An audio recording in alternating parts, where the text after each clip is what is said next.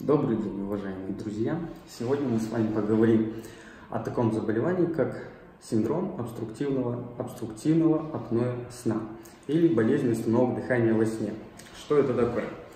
Это состояние, которое характеризуется наличием храпа, периодическим спадением верхних дыхательных путей на уровне глотки при сохраняющихся дыхательных движениях, снижением уровня кислорода в крови, избыточной дневной сонливости и грубой фрагментации сна. То есть, что это такое? Когда мы засыпаем, то тонус всех наших мышц, в том числе и в глотке, он спадается, он снижается. А если просвет глотки сужен по какой-то причине, чаще всего это банальное ожирение, потому что жир скапливается и вокруг глотки тоже, и уменьшает просвет дыхательных путей, то в таком состоянии дыхательные пути могут полностью спасться и перекрыть дыхательный поток. Происходит эпизод удушья, снижается уровень кислорода в крови, что ведет к хронической или острой гипоксемии, то есть к недостаточности кислорода, что приводит к сердечно-сосудистой патологии в частности.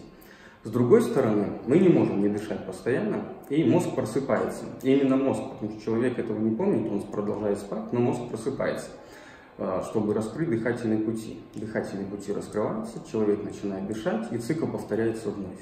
И таких циклов может быть 300, 400, 500 раз за ночь. То есть в совокупности за 8 часов сна такие люди могут 6 часов не дышать вовсе.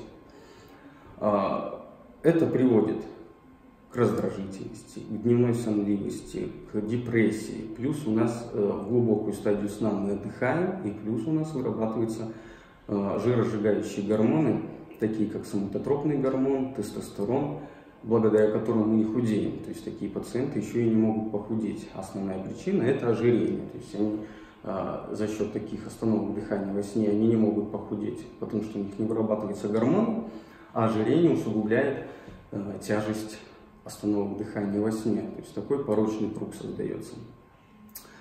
От чего при таком состоянии страдают все органы и ткани, в частности сердце и мозг.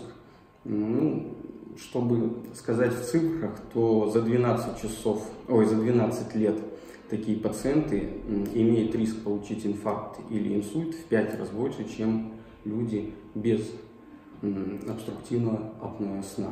Его нужно диагностировать, и оно прекрасно лечится, компенсируется.